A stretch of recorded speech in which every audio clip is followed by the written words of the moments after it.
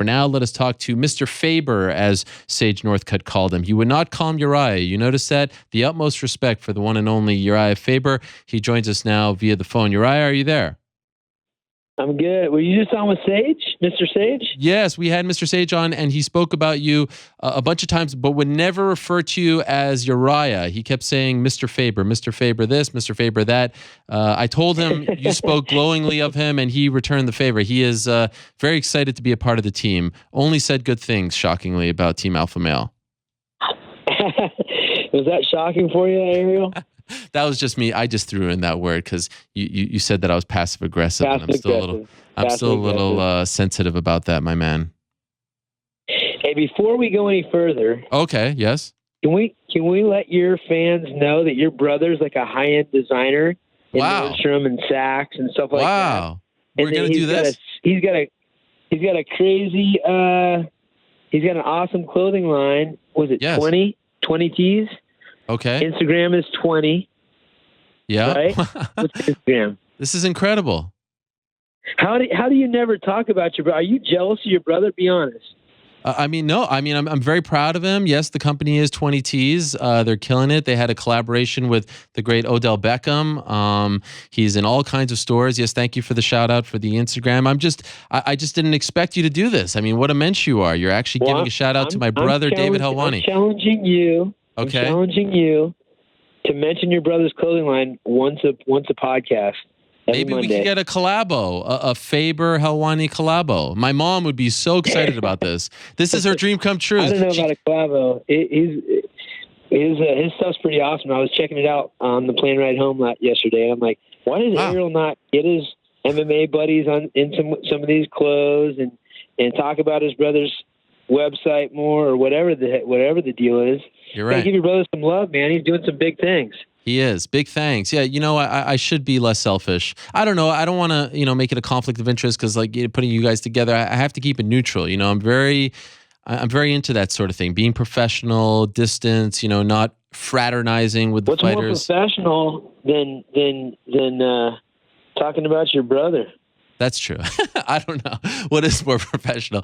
But yes, thank you for the shout out. 20 Tees, David Helwani. They are killing it. Check them out. Twitter, Instagram, all that and more. And the most comfortable stuff. Our mutual friend Jace Lipstein, the brother of one Skylar Aston, was wearing it at the ceremony. Yeah, grungy gentleman in his clothing design. Also, he's got some awesome stuff. I'm like, you guys are all doing big stuff out there, man. And I will say that what I liked about it, because Jace is wearing some of your brother's stuff at the UFC weigh-in, was it looks like he was dressed up in a suit, but it was like sweatpant material, which is right up my alley. If I could wear sweatpants or no shirt like most of my life, what a dream! I'd be happy. So if I go get all dressed up and just be wearing sweatpants, man, killing it. What a dream! Yeah, that is the life. It's sort of like wrapping yourself in. I think velour, George Costanza once said, if it was socially acceptable, he would love to do that. But anyway, enough about fashion. We have a lot to discuss here. I know I feel like you're kind of trying to change the subject on me here. We're less than 48 hours from the Professional Fighters League. Lance Palmer, the big win on Thursday at the charity event, of course. Okay, so this was deeply personal. There's a long history here. The fight starts great. And then, of course, we know how it ended. TJ Dillashaw beats Cody Garbrandt. What are you thinking in that moment as Dillashaw finishes Garbrandt? What's going through your mind? Well, disappointment, obviously. That's our guy, Cody, at the moment, losing the title. So that was hard to watch, as you can imagine. Wanted to get backstage afterwards and was happy to find that Cody was in a great place mentally and, being kind of self-reflective and things that he could have done better, mistakes that he made, asking for opinions of his coaches and just all around in a pretty positive mood considering what had just happened, So, it was disappointing for sure. As you know, that's a long history. We knew what we were getting ourselves into with TJ. He's a super competitive dude. Work ethic is nothing he's afraid of, and willing to do anything to win, obviously. But yeah, Cody was having an awesome first round and got caught in the second, man. So it was unfortunate. in hindsight, was TJ almost like the worst opponent for Cody just because he had trained with him for so long? I mean, he has that intimate knowledge of how he fights. So if there was one guy who's going to be able to give him his first loss, should we have suspected that maybe TJ could have been that guy? I don't think it has to do with the training together necessarily, because in all honesty, Cody, even back in the day, was competitive right from the first day he stepped into our cage or into our room. But you really are looking at the two of the best fighters on the planet in that weight class, undoubtedly, and we knew that. So when you have two of the best fighters going, and being undefeated is a hard thing to do. I was 8-0 before I lost my first fight. I think Chad was maybe 10-0. I can't remember how many fights TJ had. He was something like that as well. But it's a difficult thing to be unblemished when you're going against the best fighters in the world.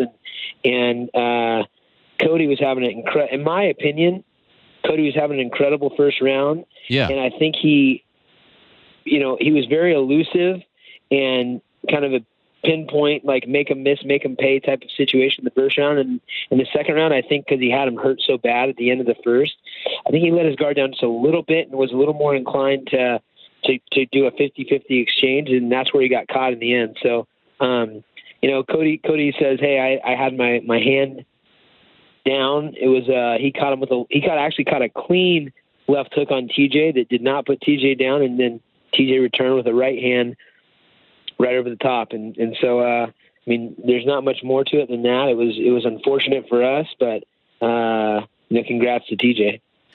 Early on, was the fight going as you expected it? Was that the kind of fight that you were thinking was going to play out? Yeah, absolutely. Cody's very fast and he's really precise. We thought we'd see TJ missing a lot and paying with big shots. I feel like he got caught with quite a few big ones in the first round. And, of course, the last one at the end of the round that really wobbled him. Being in great shape helps you recover. We've seen that throughout the years. TJ came back strong and landed a couple massive shots.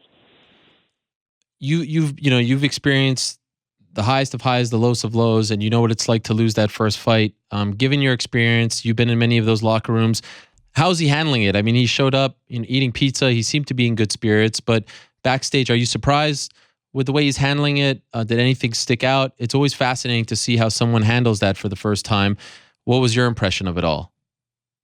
I was really, really impressed and kind of worried to get back there because, Cody's the type of guy in practice, and it's kind of, TJ was a little bit the same way. Like, if, I remember even in this camp, we did a wrestling practice, and Cody lost his temper and then came charging at me in a wrestling exchange and put himself kind of in a bad situation. And then, then the next day he had a kink in his neck and he was like, almost like, that last round I got my kink in my neck and this, talking about little details that happened. But he was just in a great place after that, which is a hard thing to do, and we know that we're in a fight. It's somewhere that he's been before. It's, as competitors, he's been a wrestler since he was 4 years old, and he's been a boxer since he was like 9 or 10 years old.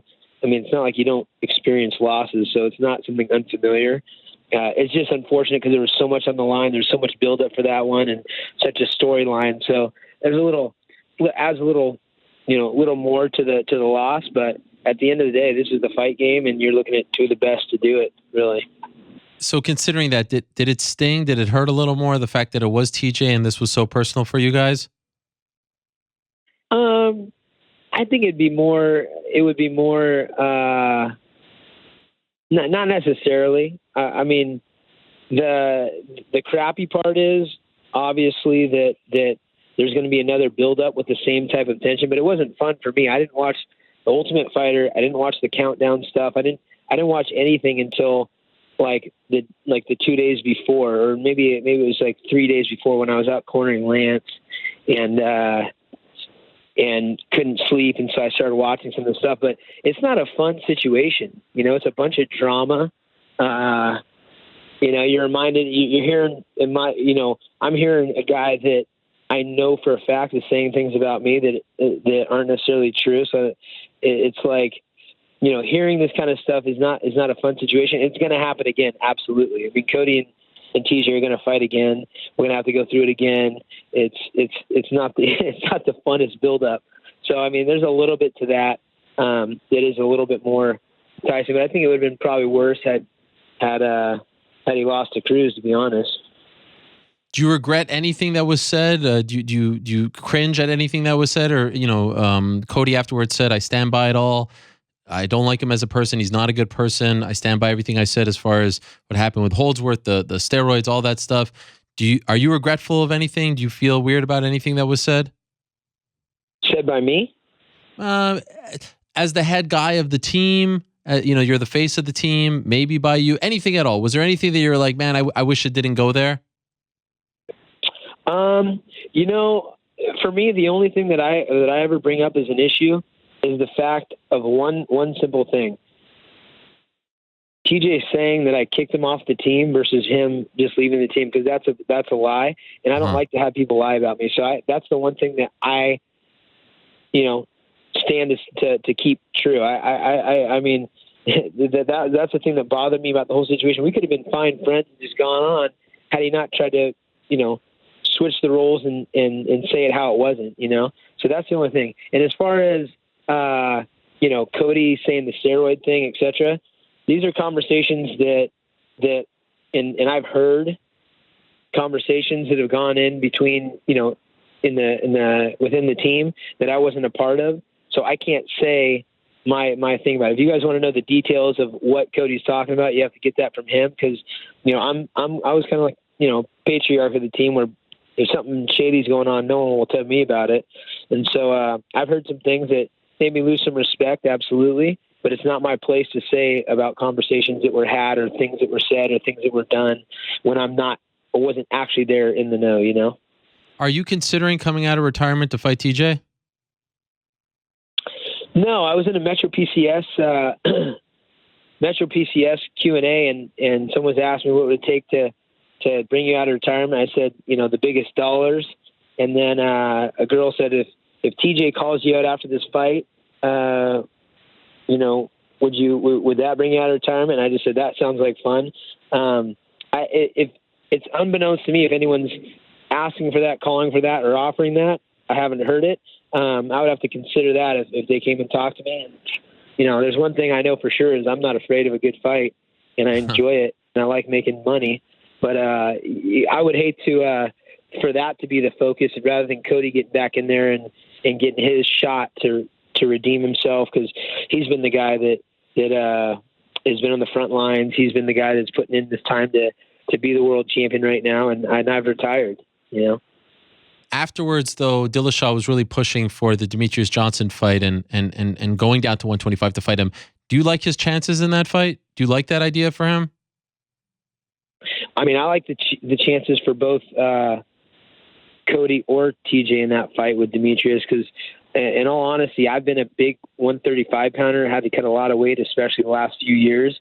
And both TJ, at least the TJ that was on our team, was not massive. And then Cody is not massive for the weight class, probably similar in weight to Demetrius. So I think it's a good fight. Absolutely. I think both guys would match up well against Demetrius with the wrestling and with the power and things like that. But you're also talking about Demetrius Johnson, who's proven to be one of the most, consistent and improving guys in the game. But yeah, I think it's a good matchup. I'm curious how the weight cut would go. TJ has looked a lot bigger as of late than he has in the past. So I'm curious how that weight cut will go. Do you think that they're going to give Cody an immediate rematch, or do you think he's going to have to work his way up? I doubt there'll be an immediate rematch. If TJ's not talking about it and, it was a finish in the second round, even though there was a close finish in the first, I would love to see that immediate rematch, but there's no rush. Cody's just turned 26. He's just getting, stability. He's just buying his house, and he's got his wife and his kid on the way. I don't think there's a rush. Would he be ready and willing and excited to have a rematch right away? Sure. But, either slow play it or do it right away. They're going to fight again. I think they both know that. What's going on with the team? Because there was some drama last week with Justin Buchholz saying he wasn't the head coach anymore. and maybe not the best time for that. I don't know if that actually affected the fight or anything like that. It didn't seem like Cody was bothered by it all. But as the patriarch, as you said, can you tell us what is the state of the coaching staff? What's going on with Buckles' comments and just the state of everything there? Yeah, it was kind of weird that he had come out and said that. We were actually having a team send off for Cody at the time when he had a new time slotted podcast where he talked about all the things he had done, etc. Buckles has done a great job. He wasn't asked to step down or anything like that. He was gone for, I think, almost 11 weeks. He was cornering guys for 5 or 6 weeks, and then he went to Alaska on vacation because he felt he was really stressed out, et cetera, et cetera. We didn't really know the exact date of when he was coming back. He took a fight in that time, et cetera, et cetera. We've had the fortune of having a great sponsor behind us with Mountain Lion Aviation, and it's allowed us to expand and grow and hire more coaches and be able to bring more to the team. We have like 60 team members on our team, and we've got about 16 active fighters in the UFC, and we have a lot of different individuals that do individual things for different fighters. Like a Joseph Morales, for example, he's been with us since he's 9 years old. He had me and Danny and Coach Joey in his corner, and Cynthia has Fabio and Justin and I can't remember who else in her corner. It's a lot of different moving parts, and a lot of people have head positions. So I've always been the head of our team, obviously, along with fighting and everything else, and we've always been able to bring our resources together to pay one coach. And now we have the ability to have so many different eyes on our guys. We try to get as many coaches as possible to each practice. There's 3 pro practices, Monday, Wednesday, and Friday. We have a kickboxing practice on Tuesday. We have a drill session on Thursday. We have jiu-jitsu Monday and Thursday. We have boxing sparring on Saturday. And a lot of different coaches are wearing different roles for different guys. And it's been incredible. So I think maybe felt like feelings hurt if he's not the only guy, but no one asked him to be just the kickboxing coach. I mean, I want him to be in an elite role if he wants to be, but if he doesn't want to be, he can't handle, multiple coaches working with multiple guys, then that's up to him. We'll have that conversation. I didn't address it or talk to him or anything because I didn't want to shake the boat before Cody's fight. But now you will? Yes. Okay. You think he'll stick around? I would hope so. I mean, okay. I know that Cynthia Calvillo is really loves him as a coach, and he's done some great stuff with Darren Elkins and Alex Sandoval obviously as well. These are guys that depend on him, so I'd love to see him stick around and be a part of it. It's really. I mean, I've dealt with Buckles for a long time. He's been a part of the team for a long time, and the unknown of having him gone for 5 weeks and taking a fight without kind of really letting us know.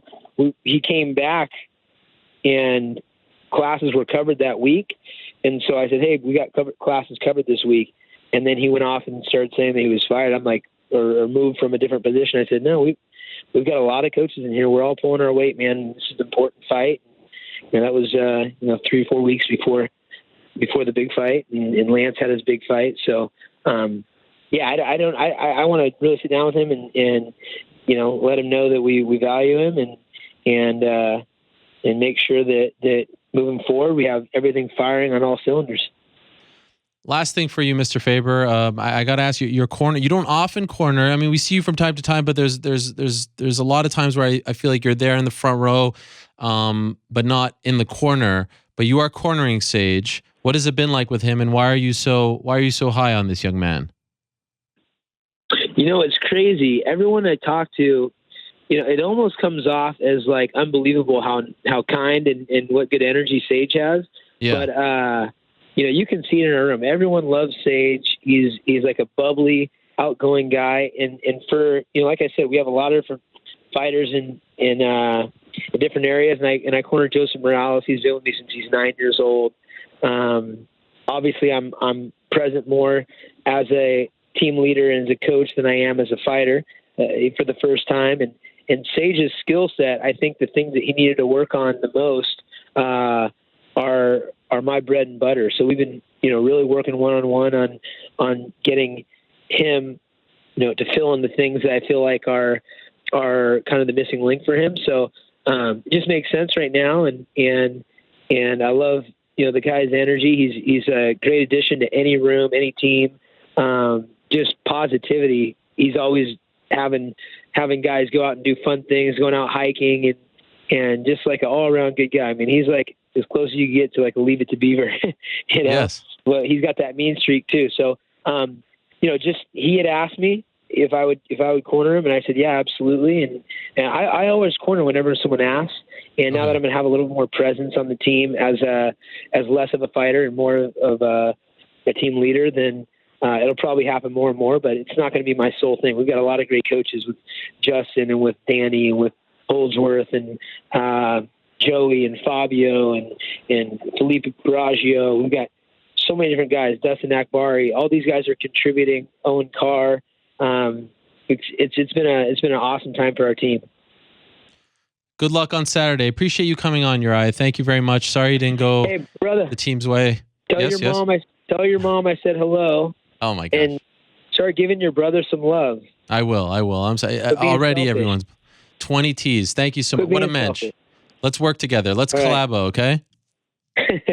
All right. Have a good one. Thank you, Uriah. And say hello to Mr. Faber, the real Mr. Faber, by the way. My biggest fan, Mr. Faber, your dad. You, man. Please say hello to him. What great taste he has. There he is, Urijah Faber stopping by. Great stuff. Looking forward to Sage's return on Saturday.